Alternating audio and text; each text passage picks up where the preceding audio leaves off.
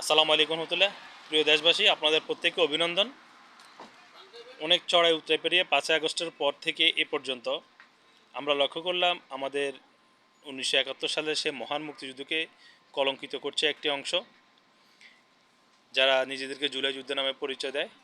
কিন্তু আমরা সেটা দেখতে পেলাম দায়িত্বশীল যে দলগুলি রয়েছেন মুক্তিযুদ্ধের সপক্ষের, আওয়ামী লীগ, বিএনপি, জাতীয় পার্টি, এরা আবার ঘুরে দাঁড়িয়েছে এবং সমস্ত বাধা অতিক্রম করে একটি গণতান্ত্রিক ধারা অব্যাহত রাখার জন্য, দেশকে স্থিতিশীল করার জন্য, মুক্তিযুদ্ধের চেতনাকে সমুন্নত রাখার জন্য 12 তারিখের নির্বাচনটি অত্যন্ত গুরুত্বপূর্ণ ছিল।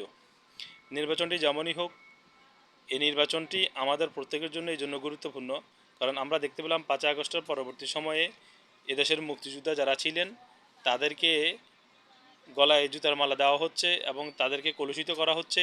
আমাদের মহান মুক্তিযুদ্ধকে অত্যন্ত খারাপভাবে, বিকৃতভাবে তারা ব্যবহার করতেছে। সেই দিক থেকে আমাদের এই নির্বাচনটি অত্যন্ত গুরুত্বপূর্ণ ছিল এবং তারা যে মেটিকুলাস প্ল্যান করেছিল ডক্টর ইউনূস জাতিসংঘে গিয়ে, তাদের এই প্ল্যানটাকে মেটিকুলাসলি প্ল্যান করে বলেছেন যে জুলাইতে যে আন্দোলন হয়েছিল সেই আন্দোলনটাকে তিনি আখ্যায়িত করেছেন।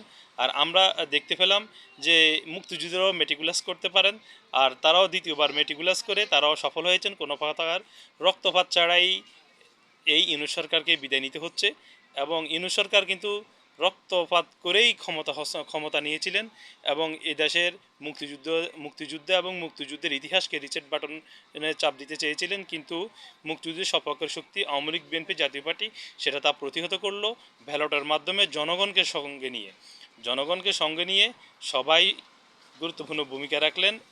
আরেকটি যুদ্ধ হয়েছিল, সেটা ব্যালট যুদ্ধ। সেই যুদ্ধে যারা 71কে রিসেট বাটন চাপতে চেয়েছিল তারাই ইতিহাসের আস্থা করে নিক্ষিপ্ত হলো। তো ধন্যবাদ সবাইকে এই গণতান্ত্রিক দ্বারা অব্যাহত রাখার জন্য এবং 71কে সমুন্নত রাখার জন্য।